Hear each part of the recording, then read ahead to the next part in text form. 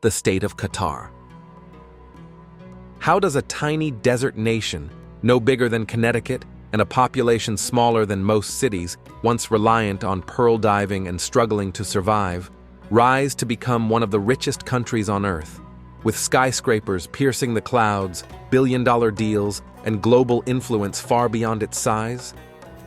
This is the story of Qatar, a country that defied the odds, rewrote its destiny, and is now shaping the future of the world stage.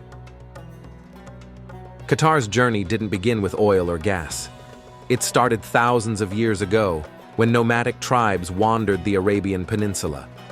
Archaeological sites suggest that people inhabited Qatar as early as 50,000 years ago, but more definitive records appear around the 5th century BCE, when the Greek historian Herodotus wrote about seafaring tribes in the Gulf. By the 7th century, Qatar was part of the Islamic Caliphate, but it remained largely isolated, a land of fishermen, sailors, and Bedouin tribes. The climate was harsh, the resources limited, and survival was a daily challenge. For centuries, pearl diving was Qatar's economic heartbeat. Its shallow, warm waters made it ideal for harvesting natural pearls, highly prized across Asia and Europe. At its peak in the late 1800s and early 1900s, Qatar's pearl industry supported thousands of families. Divers braved dangerous conditions, sharks, suffocation, and long dives without gear. Yet, it was a source of national pride and economic lifeline. But then, everything changed. In the 1930s, the global pearl market collapsed, crushed by the Great Depression and the rise of Japanese cultured pearls. Qatar plunged into poverty. Families went hungry. Some abandoned the country altogether. It seemed like the end of the road. At the time, Qatar was under the leadership of the Al Thani family, who began consolidating power in the mid-1800s. One of the most pivotal figures was Sheikh Jassim bin Mohammed Al Thani, often called the founder of modern Qatar, who resisted Ottoman control and unified the peninsula. In 1916, Qatar signed a treaty with Britain, becoming a British protectorate. While Britain managed defense and foreign policy, the Al Thani family retained internal control. But without pearls and with no alternative economy, Qatar remained a struggling desert outpost until they struck black gold. In 1939, oil was discovered in the Dukhan field. But with World War II raging, full production wouldn't begin until the late 1940s. The oil brought slow but steady transformation. Schools were built, roads paved, government structures took shape. In 1971, Qatar declared full independence from Britain, and a new chapter began. That same year, they discovered something even more valuable than oil, the North Field, a colossal underwater gas reserve. Little did anyone know, this field would change Qatar's fate forever. The North Field is the largest natural gas field on the planet, shared with Iran.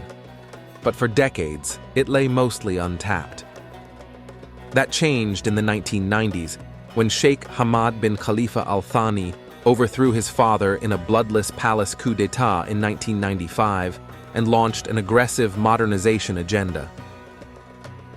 Qatar began invested heavily in liquefied natural gas, LNG infrastructure, and began exporting gas around the world. By the early 2000s, Qatar had become the world's leading LNG exporter, turning this small nation into an energy titan.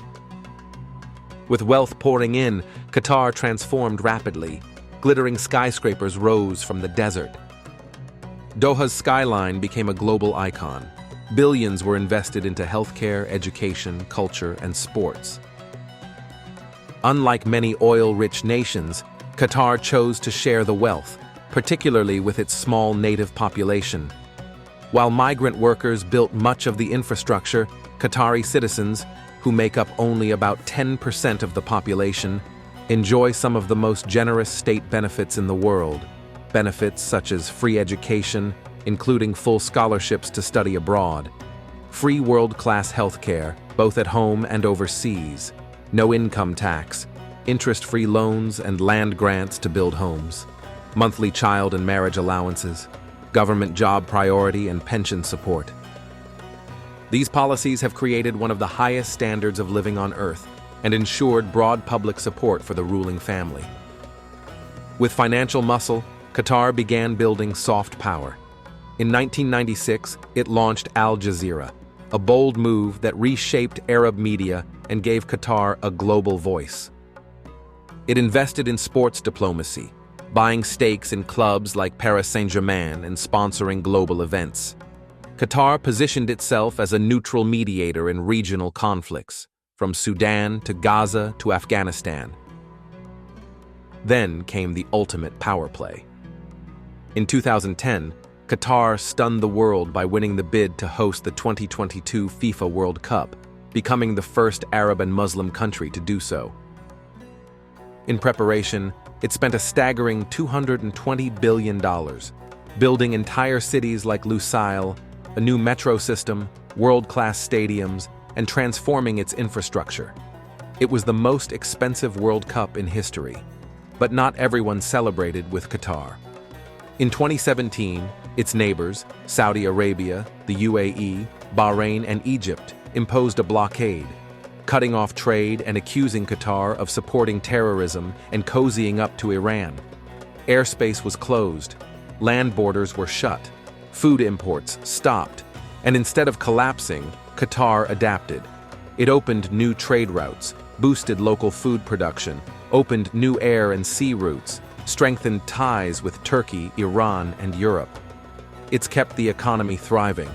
The blockade ended in 2021, and Qatar emerged stronger than and more independent than ever.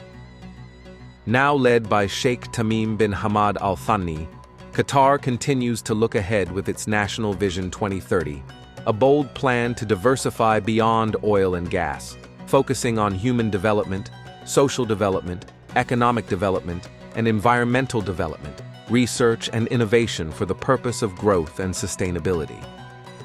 Qatar is indeed a country of contrast, where we see ancient desert forts alongside futuristic towers, conservative traditions mixed with global cosmopolitanism, a small native population managing one of the world's largest sovereign wealth funds. In conclusion, Qatar is no longer just a gas-rich state. It's a diplomatic force, a media player, a sports empire, and a cultural innovator. From a dusty pearl village to a city of the future, Qatar's rise is not just about wealth, it's about vision, resilience, and reinvention. If you like this video, please like, share, and subscribe. But most of all, tell me what you think about Qatar in the comment section.